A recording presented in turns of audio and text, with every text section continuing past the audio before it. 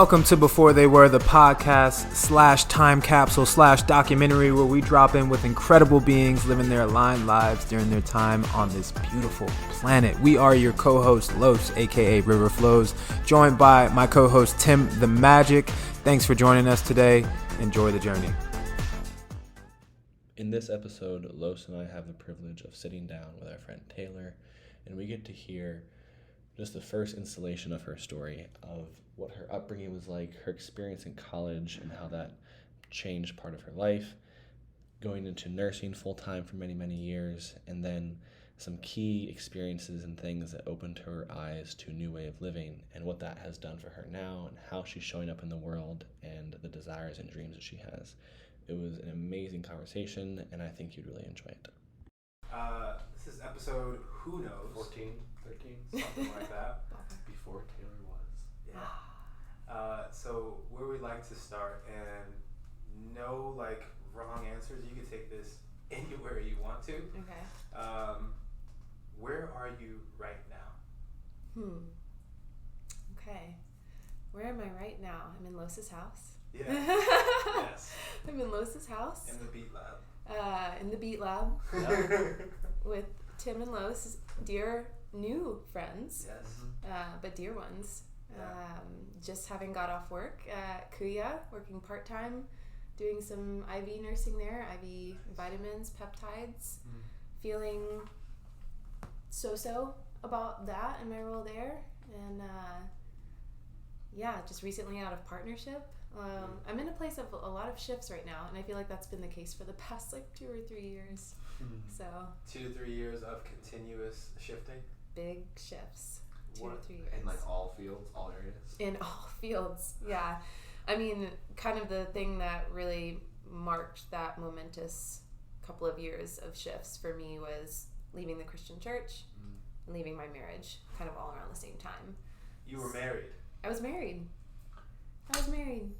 This is why we do this. This is why.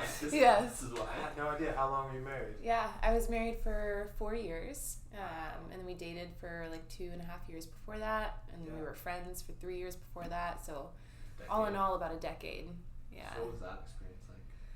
Oh, I mean, we met in college, so we met freshman year of college, and this was actually the same time that I got into Christianity, and so I didn't grow up in the Christian church.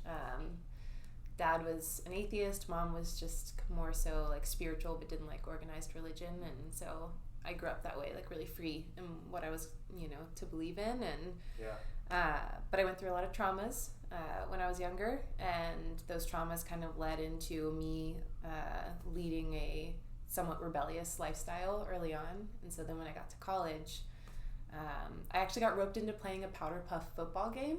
Freshman year of college.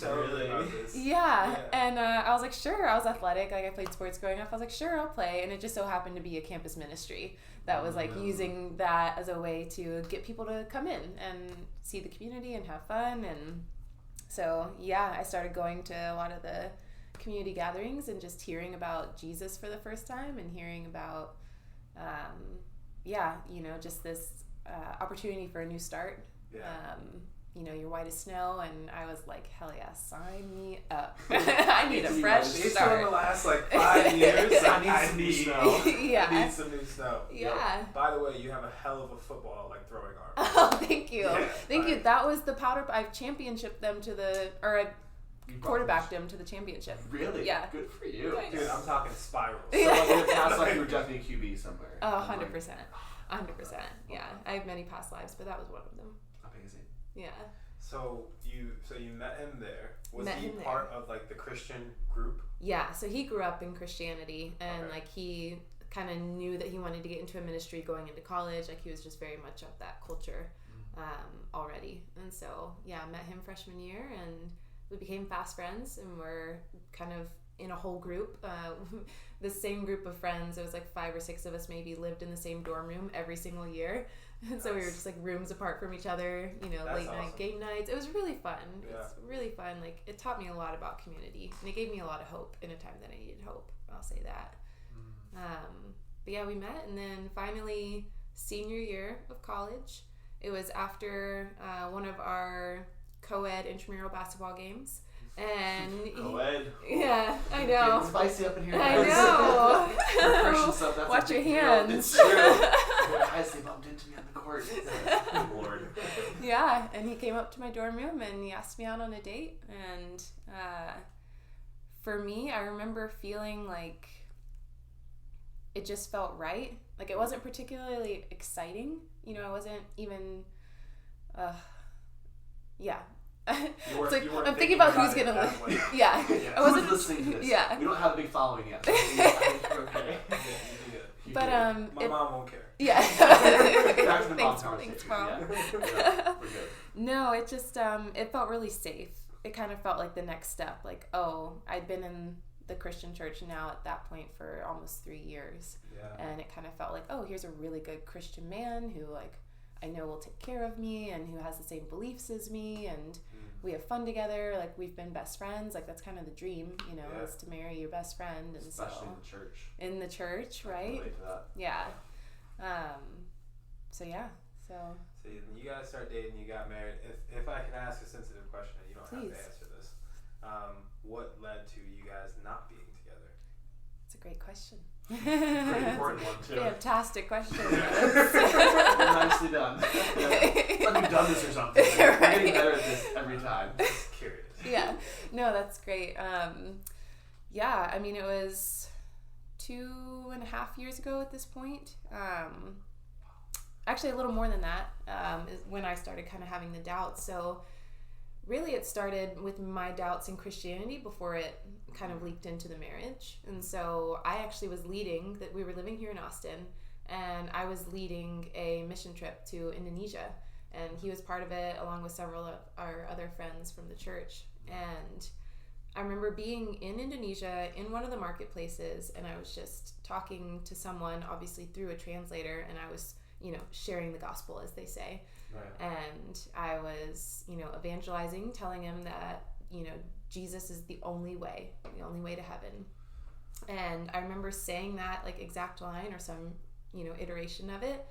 And it was like this weird, very trippy moment where there was this lapse in time, because I said it, then the translator had to say it, and I had this moment in time where I got to watch it land on the guy's face. And in that, like, brief moment of time, God, universe, just allowed me a moment of doubt. And I was like, whoa, I don't know if I actually believe this.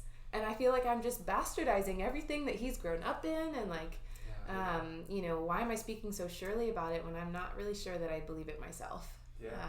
And for the 17 plus hour plane ride home, I just doubted for the first time in years. You know, it'd been 8 or so years in the church at that point, something like that. 10 years, yeah. That's really brave though, to actually doubt it though. Like, I know so many people that don't even, like, if you ask that kind of question, it's like, no, like, it's true because the Bible says so. It's like, but can you actually sit with that doubt? Yeah. And then overcome it? If you can overcome it, great. Well, I remember, you know, even before all of this, we'd host Bible studies and disciplais groups and, you know, all the terms. Oh, I do, yeah. We would host. host. Know all of them. I know all of them. Yeah. I know some of them. It's true. Yeah. CCD. When I was like 8 years old. There's no more between me, her. Well, it seems like literally every friend I have here was like born and raised Christian. Besides like you and I. Yeah. Pretty much. Yeah, I wasn't adopted it late. Yeah. And I just never adopted it. Yeah. You know? Yeah. But I remember having those groups at our house, and, you know, we'd be studying verses in the Bible, and I was always the one that kind of raised the rebellious hand, the questioning hand of like, oh, like, what about this though? And does he really, you know, mean that when he says this? But this was the first time that I actually, like, allowed myself to doubt. Before it was just kind of like playtime, you know? Yeah. And so, yeah, getting back from that trip, I remember sitting, Hampton, that's my ex-husband's name, and we were sitting at Sour Duck outside having a drink. I don't know if you guys have been to Sour Duck. I'm not. I've not, but I know what it is. Yeah, it's really good. You recommend it? Yeah, highly recommend. But we were sitting outside having a drink, and I just remember telling him that, you know, I had really started to doubt for the first time ever, and I just saw him go straight into fear. Yeah, he was just so fearful, and I don't blame him, you know. This person that he thought he knew was like starting to completely change the game on him, and he's very, very firm in his beliefs, and you know, he obviously really cared and loved for me, and thought if I didn't believe those things, that, you know, it wouldn't be good for me in the end. Yeah. And so that kind of started the trickling down process of us moving in different directions. And from there, I started to make friends in other communities and started microdosing mushrooms, which kind of led me into, you know, more of the psychedelic space, but was just starting to microdose at that point and trying to have conversations with him about, you know, microdosing in nature and how I felt more connected to God than I ever did sitting in a church pew. And, you know, would he try it? And he wasn't really willing to go down that road with me. And something that is kind of hard to say, but I've said it out loud before, and, you know, listeners might find it helpful or resonate, is I actually ended up cheating on him in the last like month or so of our marriage.